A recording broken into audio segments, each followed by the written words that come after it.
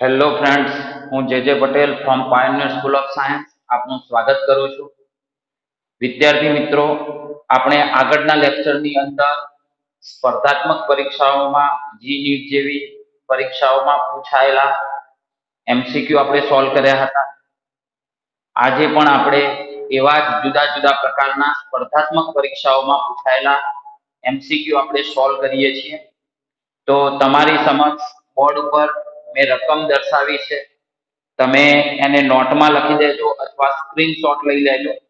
બરાબર. ચલો, હવે આપણે અહીં આ જે એમસીક્યુ છે આપણે એને સોલ્વ કરીએ અને એ પ્રમાણે એને ક્લિયર કરીએ. બરાબર. ચલો, તો હવે આપણે અહીં વાત કરીએ તો આ પહેલો પ્રશ્ન. બરાબર. આ પ્રશ્ન પીએમટી માં પૂછાયેલો છે. પેરામેડિકલ ટેસ્ટની પરીક્ષામાં પૂછાયેલો છે. મેં એનો અહીંયા પરિપથ દર્શાવેલો છે. આમ તમે આ જો પરિપથને જરા જુઓ અને રકમ વાંચો તમે. બરાબર. તો તમને આગળના લેક્ચરની અંદર ખબર છે એક દ્વિમાર્ગી કણનો એક એમસીક્યુ તમને ગણાવેલ છે. આગળના લેક્ચરમાં તમને યાદ હશે R1 અને R2 આપણે ગુણોત્તર શોધ્યો હતો. R1/R2 નક્કી કર્યું હતું. તો અહીં એ જીની પરીક્ષામાં પૂછાયો હતો, જે ગઈકાલે એ જ ટાઈપનો આ પ્રશ્ન છે અને આ પીએમટી માં પૂછાયેલો છે. બરાબર. આની અંદર શું કર્યું છે, તમે પરિપથની કમ્પેરિઝન કરશો તો આના જેવી અહીંયા 1 2 3 દર્શાવેલું છે. તો આ 1 2 3 એ દ્વિમાર્ગી કણ છે. બરાબર છે. એ પ્રમાણે અને અહીં કહીએ તો આ R, તમે આગળનો ગઈકાલનો પ્રશ્ન જોશો તો આ R અને આ X, આ R અવરોધ ને આ X અવરોધ, જે આગળના પ્રશ્નમાં R1 અને R2 હતું. હવે જુઓ અહીંયા શું કહ્યું છે. તો અહીં જુઓ તમને રકમમાં શું કહ્યું છે, પોટેન્શિયોમીટરના તાર પર વિદ્યુત સ્થિતિમાન પ્રચલન કે વોલ્ટ પર સેન્ટીમીટર છે. ક્લિયર. અહીં તમને વિદ્યુત સ્થિતિમાન પ્રચલન આપવામાં આવેલું છે અને એ વિદ્યુત સ્થિતિમાન પ્રચલન બરાબર છે એ કેટલું છે કે, એટલે ટૂંકમાં અહીંયા હું વાત કરું તો રકમ ઉપરથી હું અહીંયા બાબત દર્શાવું છું. આપણે એનું સોલ્યુશન કરી રહ્યા છીએ. બરાબર. તો અહીં વિદ્યુત સ્થિતિમાન પ્રચલન થાય બરાબર કેટલું, તો કે વોલ્ટ પર સેન્ટીમીટર. બરાબર. ચલો, હવે એટલે ટૂંકમાં અજ્ઞાત આપ્યું છે. હવે શું કીધું છે આગળ, તથા 1 અને 2 અને તથા 1 અને 3 વચ્ચે જોડાણ ન હોય ત્યારે 1.0 એમ્પિયર પ્રવાહ વહે છે. એટલે જુઓ, અત્યારે હાલ હું અહીંયા વાત કરું તો આ 1 અને 2 અને 1 અને 3 વચ્ચે કોઈ જોડાણ થયેલું નથી, એટલે આ ભાગ અલગ છે. તો એ વખતે બરાબર જોડાણ ન હોય ત્યારે 1.0 એમ્પિયર પ્રવાહ મળે છે. કેટલો? 1.0 એમ્પિયર પ્રવાહ. એટલે હું અહીં પ્રવાહ I બરાબર લખું છું. બરાબર. 1.0 અહીંયા હું પ્રવાહ I બરાબર લખું છું. બરાબર. એટલે ટૂંકમાં બાબત એ છે કે એ વખતે આ જે છે એ આના જોડાણમાં છે નહીં, એ વખતે આમાંથી કંઈક પ્રવાહ વહે છે.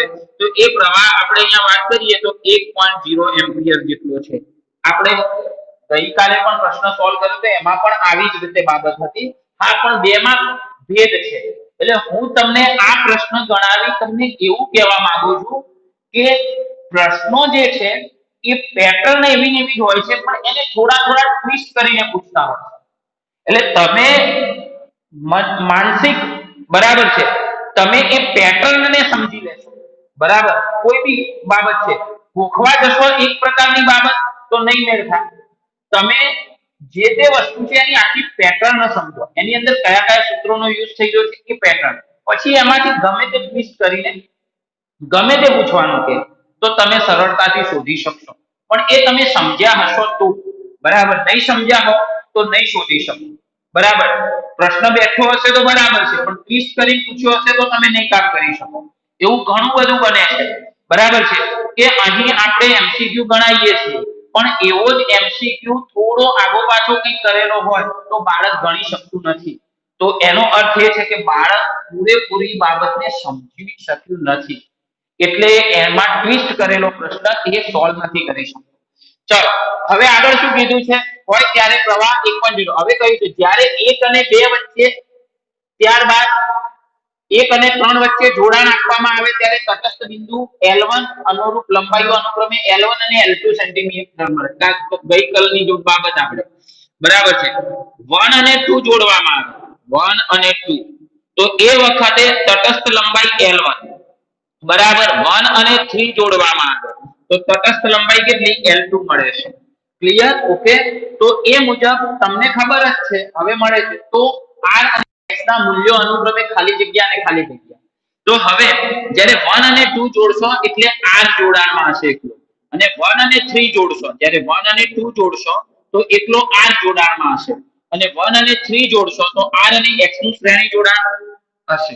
તો અહીં આપણે L1 તટસ્થ બિંદુ મળે છે તો એ વખતે હું એ બંને વચ્ચેનું વિદ્યુત સ્થિતિમાન V1 હું લખું તો V1 બરાબર IR is equal to phi L1. બોલો ક્લિયર? phi L1. ચલો ખ્યાલ આવશે. એનાથી આગળ એટલે કાલની જેમ જ હું વાત કરી રહ્યો છું. કાલે જે રીતે આપણે બાબત વિચારી રહ્યા હતા એ મુજબ જ હું અહીંયા લખી રહ્યો છું. ચલો phi બરાબર k છે તો હું અહીંયા શું લખી દઈશ KL1. ચલો 1 અને 3 જોડાણમાં હોય એટલે R અને X નો એટલે હું અહીંયા લખીશ V2 બરાબર I R plus X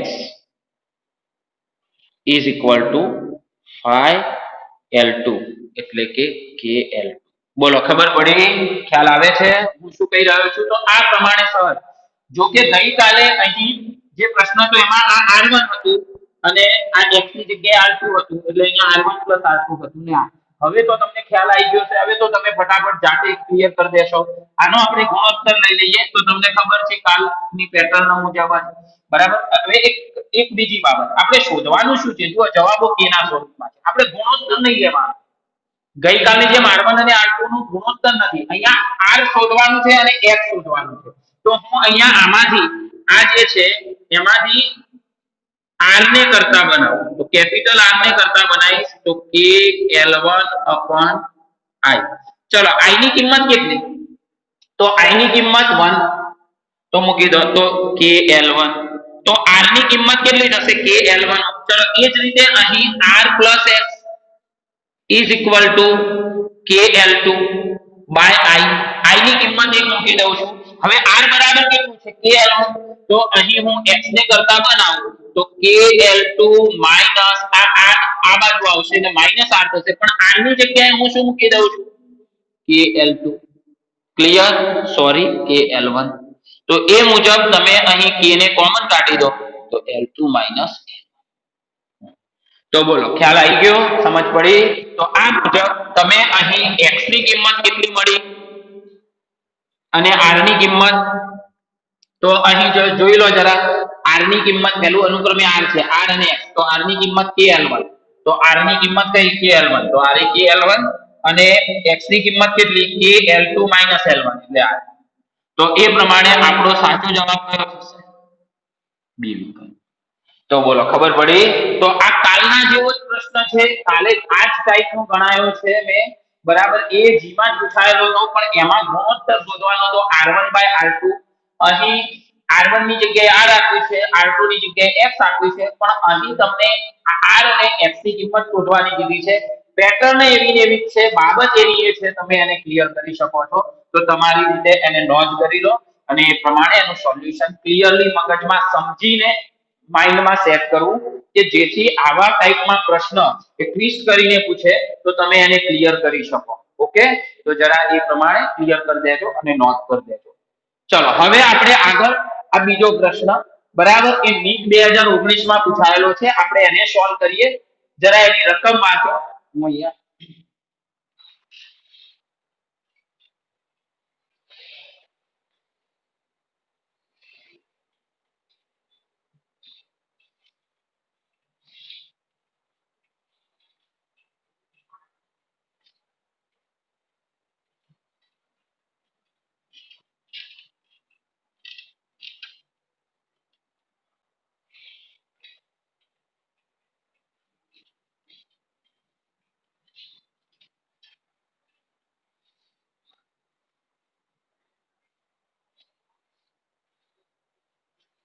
ચલો હવે આ બીજો પ્રશ્ન આપણે હવે આને સોલ્વ કરીએ. આ નીટ 2019 માં પૂછાયેલો છે કઈ સાલ છે? બરાબર. ચલો તો શું કહ્યું તો જો આમાં આ આકૃતિ આપેલી છે. બરાબર છે. આ આકૃતિમાં આ બધા જે છે ને એ બલ્બ છે. શું છે? બલ્બ. તો એ પ્રમાણે આ એપ્સિલોન ઈએમએફ વાળી બેટરી છે. જરા આપણે જોઈએ અહીંયા તો શું લખ્યું છે? નંબર 2 જુઓ જરા. શૂન્ય આંતરિક અવરોધના અને એપ્સિલોન ઈએમએફ ના. ચલો શૂન્ય આંતરિક અવરોધ અને એપ્સિલોન ઈએમએફ ના એક ડીસી ઉદ્ગમ સાથે આકૃતિમાં બતાવેલા આ જુઓ ડીસી ઉદ્ગમ એમાં આકૃતિમાં બતાવ્યા પ્રમાણે 6 સમાન બલ્બ જોડેલ છે. 6 સમાન બલ્બ એટલે જુઓ 1 2 3 4 5 અને 6 બલ્બ જોડેલ છે. આકૃતિ આપેલી છે. હવે લખ્યું છે નંબર 1 જ્યારે બધા જ બલ્બ ચાલુ હોય, આ બધા બલ્બ ઓન હોય, એવું નથી કોઈ બલ્બ બંધ છે. હવે જોજો જરા અહીંયા તમને ક્લિયર કરું તો અહીં આ એક જોડાણ આપેલું છે. બરાબર. એ અહીંયાથી આ આટલું જોડાણ છે. બરાબર. એ પ્રમાણે એટલે આ બાજુથી જો જોડાણ છે, આ બાજુથી પણ જોડાણ છે. પણ હવે અહીંયા એવું કીધું છે કે બધા જ બલ્બ ચાલુ હોય તે. એટલે હું આના સોલ્યુશન ની વાત કરું છું તો તમને એના માટે એ રીતની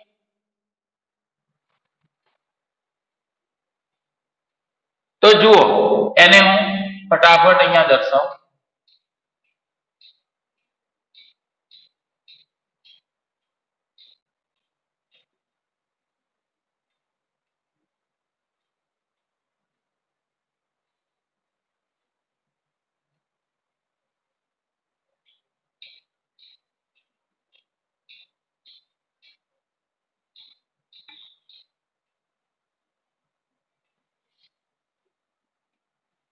ચલો આ સોલ્યુશન બેની પહેલી સ્થિતિ છે. પહેલી સ્થિતિમાં બધા બલ્બ શું હોય? ઓન હોય. બરાબર છે. ઓકે. હવે જ્યારે તમને અહીંયા એવું કહું છે જ્યારે બધા જ બલ્બ ચાલુ હોય ને ઓન હોય તો હવે શું થશે? એ વખતે બધા બલ્બ જો ઓન હોય તો તમે જોઈ લો અહીંયા કે બધા બલ્બમાં અહીંયાથી પ્રવાહ જશે તો એ પ્રવાહ આમાં અને આમાં અને બધા બલ્બ ઓન છે એટલે બંને બીજું 6 સમાન બલ્બ છે એટલે બધાના પાવર ની પ્રકારે સરખા છે.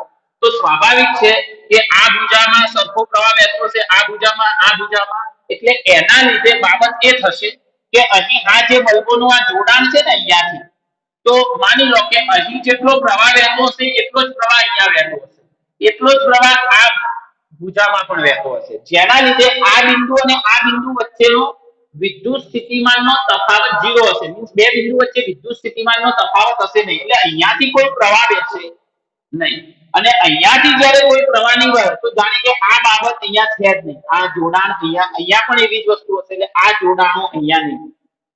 ક્લિયર? એટલે આવી પરિસ્થિતિ હશે. ઓકે, ખ્યાલ આવે છે? બરાબર. હવે નંબર 2 બીજી સ્થિતિ કીધી છે કે વિભાગ A ના 2 બલ્બ અને વિભાગ B નો 1 બલ્બ. એટલે તમે વિચારો આ વિભાગ A અહીંયા A લખ્યું છે એટલે આ વિભાગ A અને આ B લખ્યું છે આ વિભાગ B. એટલે અહીંયા તમને એવું કીધું છે વિભાગ A ના 2 બલ્બ અને વિભાગ B નો 1 બલ્બ. બરાબર છે. એટલે આ વિભાગ A ના 2 બલ્બ ચાલુ હશે અને વિભાગ A એટલે હું આ પ્રમાણે નંબર 2 ની સ્થિતિ દર્શાવું. વિભાગ A ના 2 બલ્બ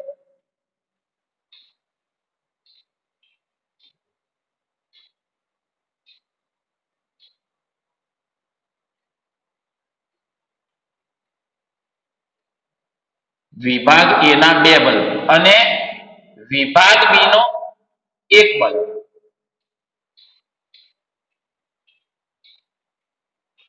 આ પ્રમાણે ખ્યાલ આવી ગયો?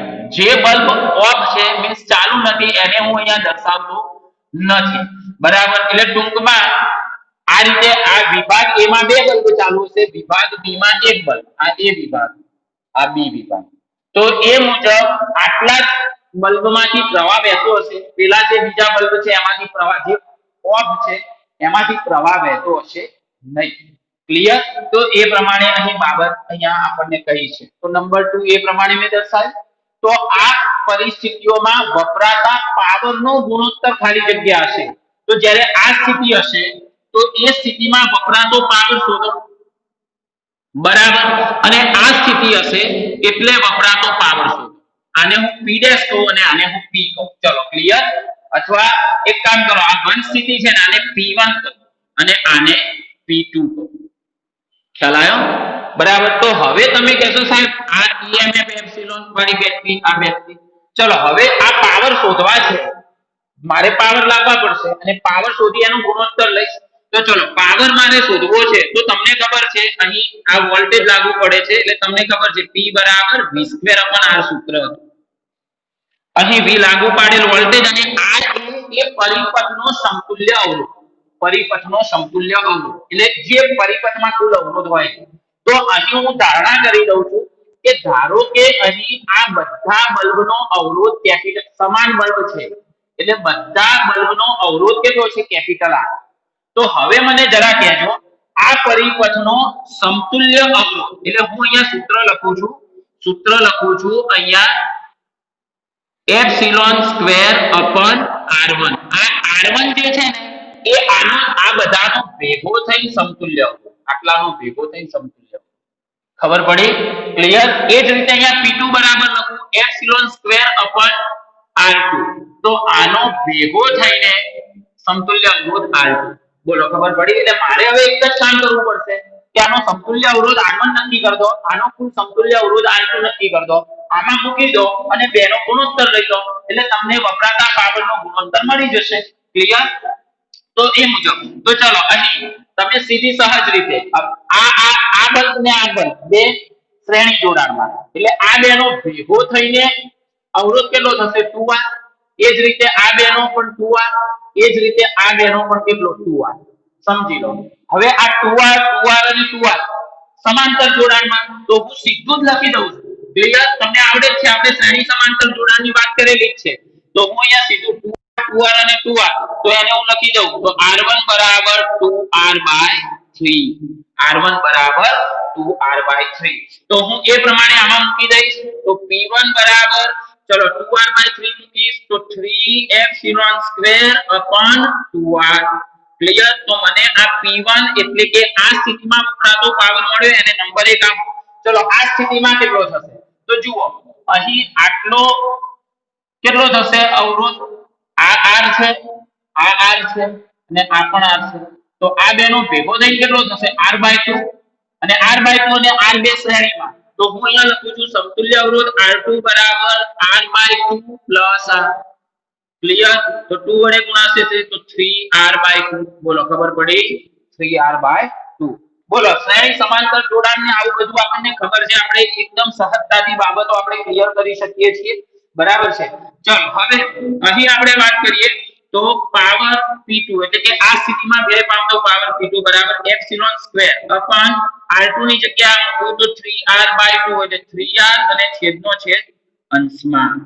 તો આ આપણને P2 મળ્યું અને નંબર 2 આપું. ચલો આનો નાનો ગુણોત્તર લઈએ તો P1/P2 તો ચલો એ પ્રમાણે 3ε²/2R ભાગ્યા એટલે છેદનો છેદ અંશમાં 3R/2ε². ચલો R કેન્સલ, ε² કેન્સલ, 9/4. તો આપણો સાચો જવાબ શું આવશે? 9/4 આવશે. તો જુઓ જરા અહીંયા 9/4 તો આપણો સી જવાબ આવશે. બોલો ખબર? આ લાસ્ટ ટાઈમ 2019 માં પૂછાઈ ચૂક્યો છે એટલે સહજ જ વસ્તુઓ છે, કઈ એવી બાબતો નથી. હા તમે જે તે બાબતને સમજી શકવા માટે સક્ષમ હોવા જોઈએ. એટલે તમે જેટલું સારું સમજ્યા હશો એટલું તમે સરળતાથી બાબત ક્લિયર કરી શકશો. તો આ પ્રમાણે મેં અહીં બાબત વિચારી એટલે જરા આનું સમતુલ્ય અવરોધનું ખાસ ધ્યાન રાખવાનું છે. આ બે શ્રેણીમાં એટલે 2R 2R 2R. હા પણ એ બધા સમાંતરમાં એટલે 2R/3. ક્લિયર? ત્રણ ભુજાઓ થઈ 1 2 3 એટલે એ પ્રમાણે 2R/3 આવું તો હું લખી શકું છું. તમને ખ્યાલ છે આપણે બધી બાબત ક્લિયર કરી છે. એ જ રીતે આમાં આ બે સમાંતરમાં એટલે R/2 અને એનું R સાથે શ્રેણીમાં તો એ પ્રકારે કહીએ તો આપણે બાબત એ વિચારી. તો આ રીતે આપણે એને ક્લિયર કરી શકીશું, એને આપણે સમજી શકીશું. તો આ રીતે એને ધ્યાન રાખવું અને તમારે સમજવું. બોલો ક્લિયર? તો આ પ્રમાણે બાબત આપણે વિચારીએ તો તમે તમારી નોટમાં સારી રીતે સમજીને જાતે ગણજો તો એનો બહુ સારો ફાયદો થશે. બરાબર છે? તો એ પ્રમાણે આપણે બાબત વિચારી. ચલો હવે આપણે આગળ ધ્યાનમાં લઈએ છીએ ત્રીજો પ્રશ્ન. જરા ત્રીજો પ્રશ્નની રકમ વાંચો તમે.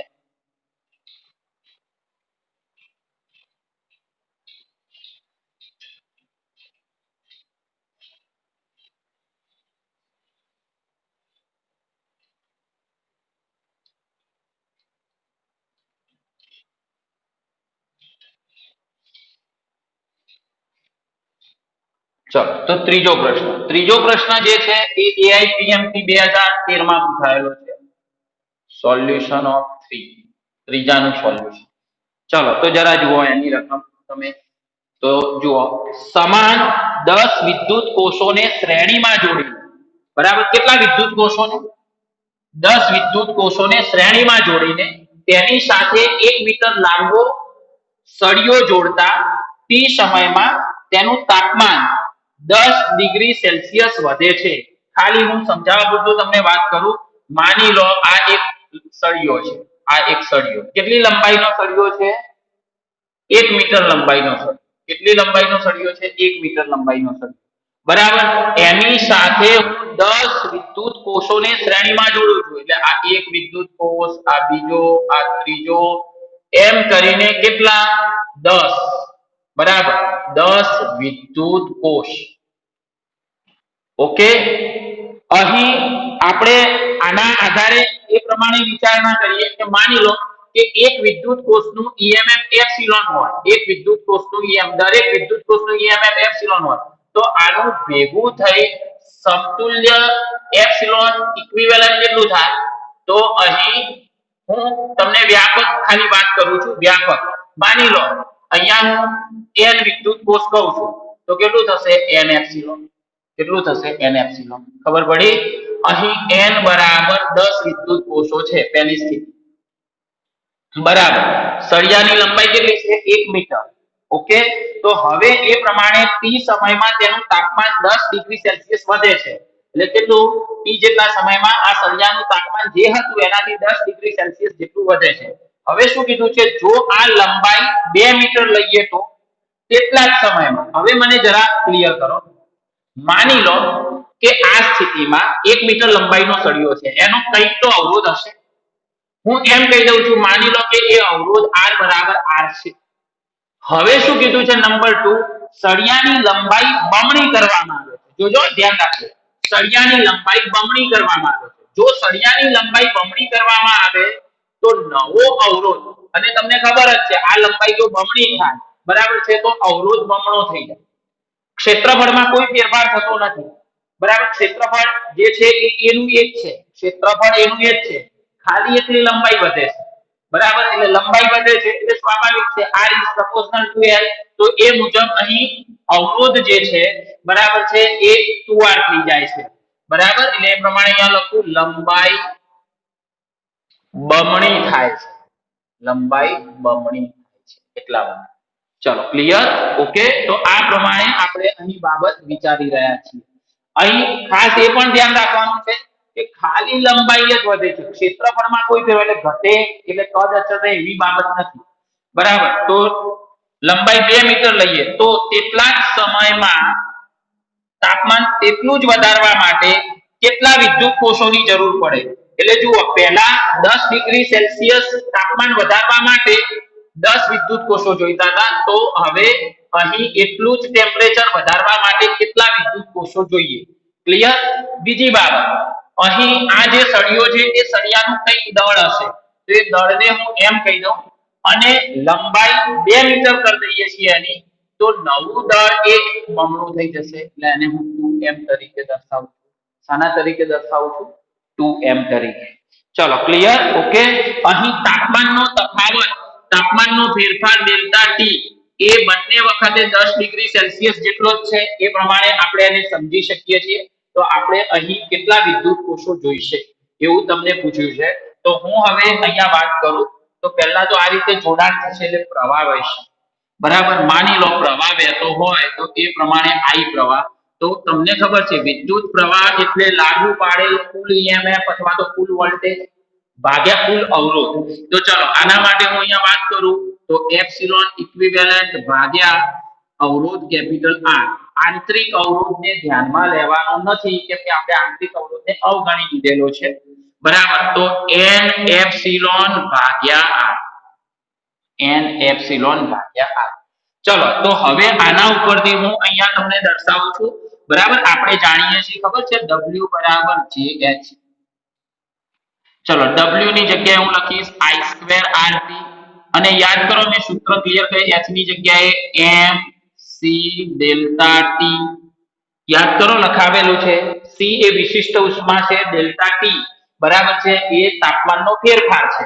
તો આ મુજબ હવે જરા આ જે સૂત્ર છે એમાં આઈ ની જગ્યાએ હું શું મૂકીશ તો n એપ્સિલોન બાય r, તો હું લખું છું n square epsilon square upon r square into r into t બરાબર j small m c delta T.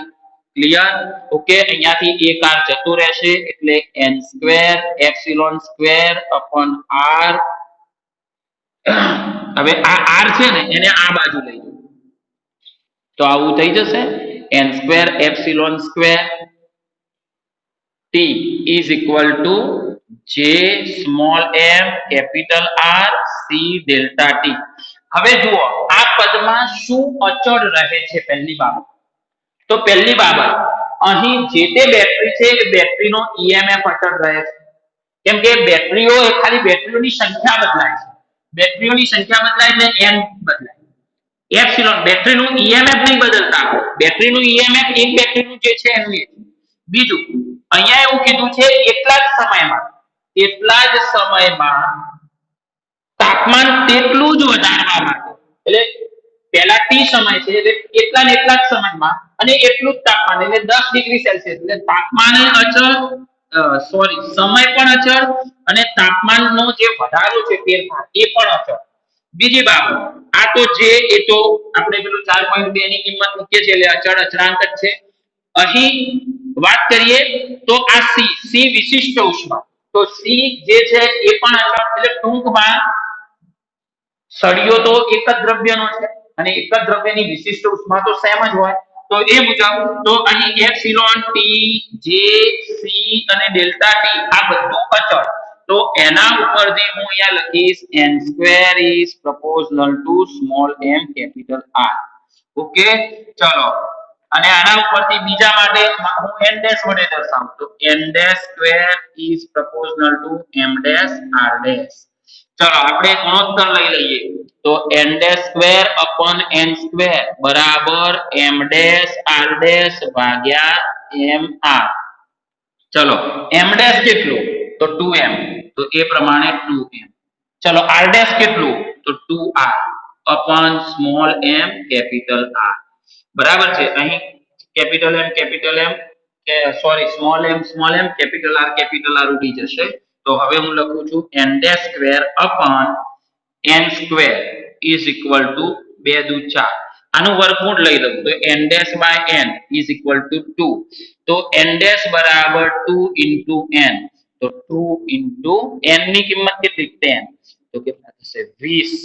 તો તમને અહીં આટલું જ ટેમ્પરેચર આટલા જ સમયમાં વધારવું હોય તો તમારે અહીં 1 મીટરની જગ્યાએ તમે સળિયો 2 મીટર લંબાઈનો કરો છો તો તમારે એ વખતે અહીં આ જે 10 વિદ્યુત કોષોનો તમે યુઝ કરતા હતા એની જગ્યાએ તમારે 20 વિદ્યુત કોષોનો યુઝ કરવો જોઈએ. કેટલા વિદ્યુત કોષોનો યુઝ કરવો જોઈએ તો 20 વિદ્યુત કોષોનો યુઝ કરવો જોઈએ. તો એ પ્રમાણે અહીં જવાબ શું આવશે તો 20.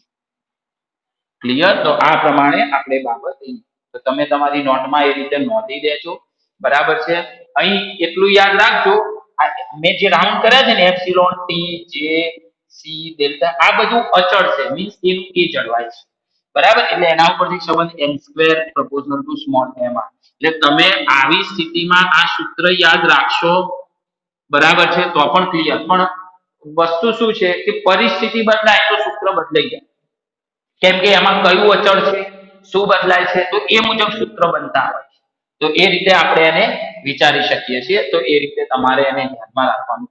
તો નોંધ કરી લેજો એ રીતે અને ક્લિયર કરજો. ચલો પછી એનાથી આગળ ચોથો પ્રશ્ન જરા જુઓ,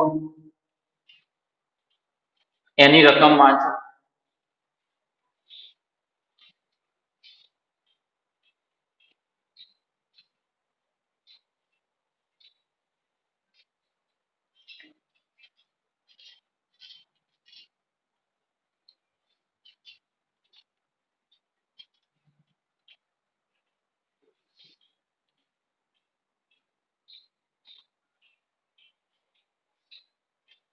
આપણે વિદ્યાર્થી મિત્રો હવે ચોથા પ્રશ્નનું સોલ્યુશન આપણે જરા જોઈએ છે, જરા જુઓ ચોથા પ્રશ્નનું સોલ્યુશન. તો કોઈ અવરોધ કેપિટલ આર માંથી પસાર થતો વિદ્યુત ભાર સમય ટી સાથે ક્યુ બરાબર આ સૂત્ર અનુસાર બદલાય છે. તો જરા આપણે જોઈ લઈએ. ક્યુ બરાબર at minus B T square. બરાબર. હવે વિદ્યુત ભાર સમય સાથે બદલાતો હોય, વિદ્યુત ભાર સમય સાથે બદલાતો હોય એટલે સ્વાભાવિક વસ્તુ છે, પ્રવાહ પણ સમય સાથે બદલાતો હોય. તો એ સંજોગોની અંદર અહીં પ્રવાહ બદલાય છે. તો આપણે જનરલી આર માં ઉત્પન્ન થતી કુલ ઉષ્મા શોધવાની છે. શું શોધવાનું છે? આર માં ઉત્પન્ન થતી કુલ ઉષ્મા. એ બે અચળાંકો છે અને આર અવરોધમાં ઉત્પન્ન થતી કુલ ઉષ્મા આપણે અહીંયા ક્લિયર કરવાની છે. તો આપણે એને કેવી રીતે બાબત વિચારી અને એને ક્લિયર કરીશું? તો આપણે એ બાબત અહીંયા વિચારીએ તો જુઓ, પહેલા તો એમને ઉદ્ભવતી ઉષ્મા માટે આપણે શું લખતા હતા? I સ્ક્વેર RT લખતા હતા. પણ હવે પ્રવાહ સમય સાથે બદલાય છે એટલે મારે આને કઈ રીતે સૂત્ર મુજબ 0 થી t I square R dt મારે આ મુજબ અહીં લખો, કેમ કે જુદી જુદી ક્ષણે પ્રવાહ બદલાતો જાય એટલે એ વખતે ઉદ્ભવતી ઉષ્મા ઉર્જા મારે સંકલન રૂપે લેવી પડશે. બરાબર. એટલે હું અહીં સૂત્રનો યુઝ કરીશ W બરાબર સંકલન 0 થી t I square R dt. I square R dt. ચલો ક્લિયર. તો હું આ પ્રમાણે અહીં બાબત વિચારીશ. W બરાબર સંકલન 0 થી t I square R dt. તો આ રીતે હું બાબત અહીંયા દર્શાવીશ. ચલો હવે આપણે આ જે વસ્તુ છે W બરાબર સંકલન 0 થી t I square R dt. તો એ દર્શાવ આ મુજબ. એટલે મારે I ની કિંમત જોઈશે અને t. તો જરા અહીં I શોધવા માટે આપણે વાત કરીએ તો dq બાય dt. તો dq બાય dt આપણે શું લખીશું એ પ્રમાણે? તો વિકલન કરવાનું at. તો a t નું વિકલન a m ના m, t નું વિકલન 1 માઈનસ b 2b. ચલો તો I બરાબર શું થશે? તો I બરાબર a માઈનસ આપણે લખીશું 2t. તો a માઈનસ 2bt. હવે વસ્તુ એ છે, આ સૂત્ર એવું સૂચવે છે કે પ્રવાહ એ સમય વધતો જાય ને, t વધતો જાય ને એમ એમ પ્રવાહ ઘટતો જાય. તો આમ કરતા પ્રવાહ 0 ક્યારે થાય? તો પ્રવાહ જ્યારે 0 થાય તો એ વખતે હું I બરાબર 0 મૂકું તો a માઈનસ 2bt. તો એના ઉપરથી t બરાબર a by 2b. a by 2b આપણે આ પ્રકારે કહીએ તો અહીં વિચારીએ છીએ. તો અહીં આપણે સહજ વાત કરી રહ્યા છીએ. તો t બરાબર a ભાગ્યા 2b એટલે t સમયે આપણને પ્રવાહ 0 મળે છે. એટલે આપણે લિમિટ આ t તરીકે વાત કરવી તો એની અહીંયા વાત થઈ. ચલો હવે આપણે ઉદ્ભવતી ઉષ્માની વાત કરીએ. તો ઉદ્ભવતી ઉષ્મા W બરાબર સંકલન 0 થી t. અત્યારે હાલ t બરાબર a ભાગ્યા 2b મૂકતો નથી. ચલો I ની કિંમત કેટલી? a minus 2bt. તો a minus 2bt, a minus 2bt આપણે અહીંયા વાત કરીએ એ રીતે. તો a માઈનસ 2bt નો વર્ગ into capital R into dt. Capital R into dt. તો આ પ્રમાણે આપણે અહીં બાબત વિચારીએ છીએ. બરાબર. ચલો હવે આનું સાદું રૂપ આપીએ આપણે. તો 0 થી t a square minus 2ab 4ab t plus 4b square t square. Okay. Into capital R dt. હવે હું કેપિટલ R ને તો હમણાં ગુણતો નથી. બરાબર છે એ પ્રકારે. ચલો એને બહાર જ રાખું છું. આનું સંકલન આપણે લઈ લઈએ. તો ચલો શું લખાશે સંકલન? a સ્ક્વેર, આનું સંકલન a સ્ક્વેર t માઈનસ આનું 4ab t તો t સ્ક્વેર બાય 2. ક્લિયર. આનું સંકલન તો 4b સ્ક્વેર t સ્ક્વેર નું સંકલન t સ્ક્વેર બાય 3. લિમિટ આપણે મૂકી દઈએ અહીંયા 0 થી. હવે t ની જગ્યાએ હું મૂકીશ a ભાગ્યા 2b. કેપિટલ R આપણે બહાર રાખીએ છીએ. જે આવશે એને છેલ્લે હું કેપિટલ R વડે ગુણી કાઢીશ. ચલો હવે t ની જગ્યાએ આ કિંમતો મૂકવાની. તો આપણે જરા એ પ્રકારે બાબત વિચારીએ છીએ. તો એ અનુસાર જરા જુઓ. તો a સ્ક્વેર, ચલો t ની જગ્યાએ આપણે મૂકીએ તો આ a ભાગ્યા 2b, a ભાગ્યા 2b માઈનસ 4ab. ચલો t સ્ક્વેર બાય 2.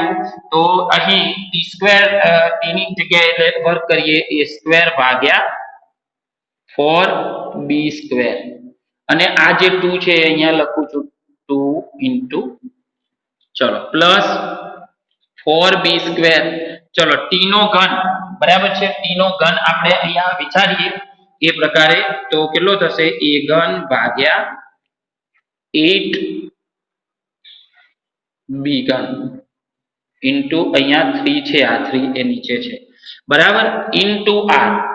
હવે આ મેં મૂક્યું 0 વાળા તો બધા 0 થઈ જશે એટલે હું એ લખતો જ નથી, બરાબર છે, એ પ્રકારે. તો જરા જુઓ, ઇઝ ઇક્વલ ટુ,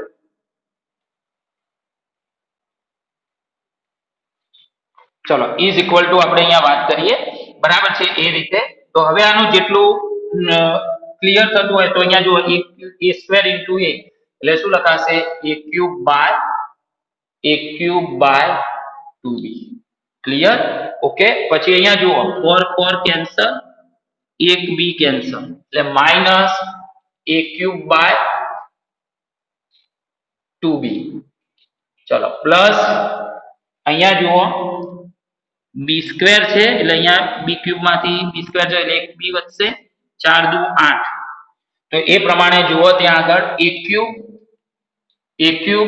અપન 3 દુ 6 તો 6b ઇન્ટુ કેપિટલ R. તો આ બે તો ગયા, હવે આનો આ સાથે ગુણાકાર કરતો તો a³ r ભાગ્યા 6b, a³ r ભાગ્યા 6b. તો આપણે એ પ્રમાણે અહીં આ જે બાબત છે એને ક્લિયર કરી શકીએ અને એ પ્રકારે એને દર્શાવી શકીએ છીએ. તો a³ r ભાગ્યા 6b, તો એ પ્રમાણે આપણે દર્શાવીએ ઉદ્ભવતી ઉષ્મા W. તો જરા જોઈ લો કયો જવાબ આવે છે, a³ r ભાગ્યા 6b. તો આપણો અહીંયા જવાબ આ પ્રકારે છે. બોલો, ખબર પડે છે હું શું કહી રહ્યો છું? તો આ પ્રમાણે અહીં આ બાબત આપણે વિચારી રહ્યા છીએ અને ક્લિયર કરી રહ્યા છીએ. તો આ પ્રકારે આપણે આનું સોલ્યુશન એ રીતે આપણે લાવી શકીએ છીએ. તો બોલો, સમજ પડે છે આપણે શું વાત કરી? તો એ પ્રમાણે એને ધ્યાનમાં રાખવાનું થાય. હજુ આપણે એક જરા એક્ઝામ્પલ ની અહીંયા વાત કરી લઈએ.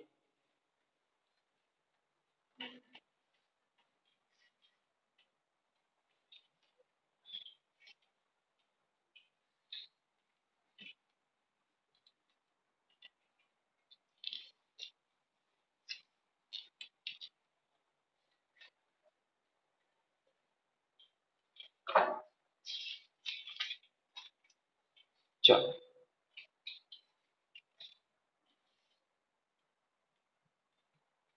AIPMT માં પૂછાયેલો છે, બરાબર. એમાં લખું છું આકૃતિમાં દર્શાવેલ વિદ્યુત પરિપથમાં AB બાજુમાંથી વહેતો પ્રવાહ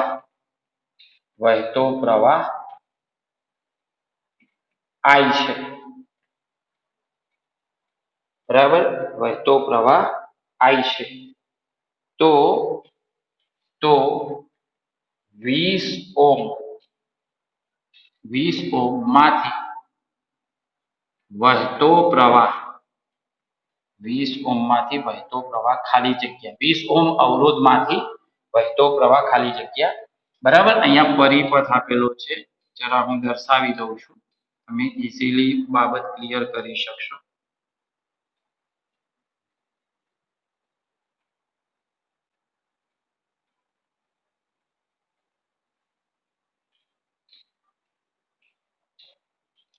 આ 10 વોલ્ટ, આ 10 ઓહ્મ, આ 3 ઓહ્મ અને આ 20 ઓહ્મ અને આ 30 ઓહ્મ. ચલો અહીં પ્રવાહ I કયો છે, બરાબર છે. તો એ પ્રમાણે આપણે અહીંયા ક્લિયર કરીએ. તો હું એક કામ કરું, અહીંયા વહેતો પ્રવાહ I1 કહી દઉં, એટલે આને I1 કહી દઉં. એટલે આપણે AB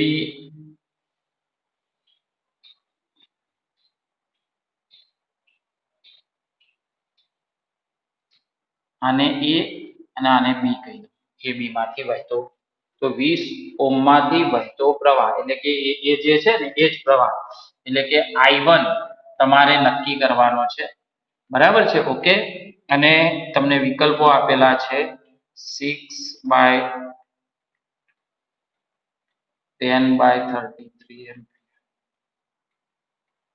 1/5 એમ્પિયર,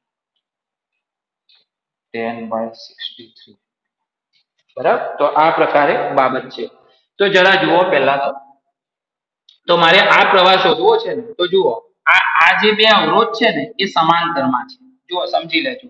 આની એક સહજ હું વાત કરું તો આ અને આ, તો આ બે અવરોધ, આ 20 ઓહ્મ અને આ 30 ઓહ્મ, બરાબર. માની લો અહીંયાથી પ્રવાહ I આવી રહ્યો છે, આમાં I1 વહી રહ્યો છે ને આમાં I2 વહી રહ્યો છે, અને આ રીતે થયું. તો યાદ કરો, તમને પેલા સૂત્ર દર્શાવેલું છે. આને હું R1 કહું અને આને હું R2 કહું. તો મારે આ I1 પ્રવાહ શોધવો હોય તો I1 બરાબર શું? કુલ પ્રવાહ I, જે પ્રવાહ હોય એનાથી સામે R2 ભાગ્યા R1 પ્લસ R2. ખબર પડી? ક્લિયર? તો હવે મારે I શોધવો પડે. I શોધવા માટે શું કરવું? તો આ 20 ઓહ્મ અને 30 ઓહ્મ બંને સમાંતરમાં છે. તો આ બેનો સમાંતર જોડાણ આપણે કરીએ તો એનો સમતુલ્ય અવરોધ, તો આ બંનેનો સમતુલ્ય અવરોધ હું R ડેશ કહું. તો R ડેશ બરાબર 20 into 30/50. તો કેટલા થશે? 0 0 કેન્સલ, બરાબર. 3 દુ 6, 60 ભાગ્યા 5 એટલે 60 12 પંચા 60 એટલે 12 ઓહ્મ. હવે આટલાનો અવરોધ કેટલો થયો? આ બે સમાંતરમાં એનો R ડેશ એટલે 12 ઓહ્મ. તો કુલ અવરોધ કેટલો થાય? R equivalent. તો કેટલો થશે? 10 ઓહ્મ વત્તા 12 ઓહ્મ, 10 વત્તા 12 વત્તા 3, એમ કે આ શ્રેણી જોડાણ થઈ જાય. તો 3, તો કેટલો થશે? 12 ને 3 15 ને 10 25 ઓહ્મ. કેટલો થશે? 25 ઓહ્મ. બોલો, ખબર પડી? ક્લિયર? આ AIPMT માં પૂછાયેલો પ્રશ્ન છે, એટલે આ રીતે. તો કુલ પ્રવાહ કેટલો થશે? અહીંયા જે કુલ પ્રવાહ વહી રહ્યો છે, કુલ પ્રવાહ I, બરાબર. તો કુલ પ્રવાહ કેટલો થશે?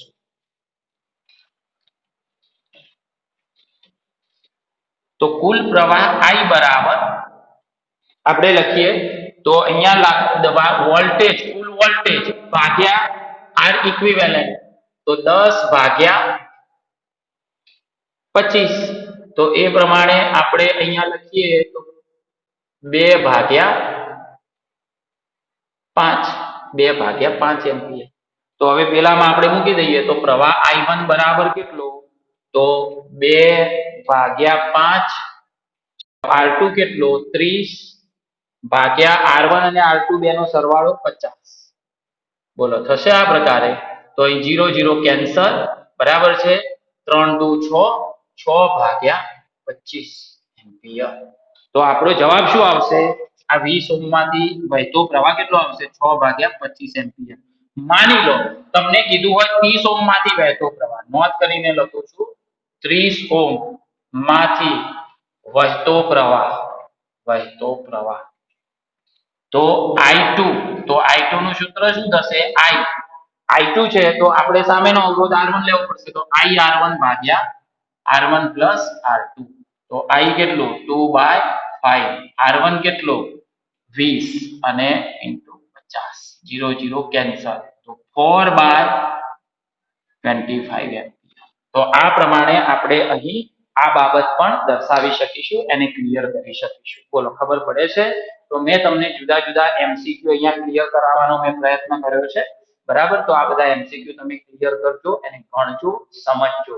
તો હું અહીં આટલે સુધી રાખું છું, અહીં વિરામ લઉં છું. Okay, thank you.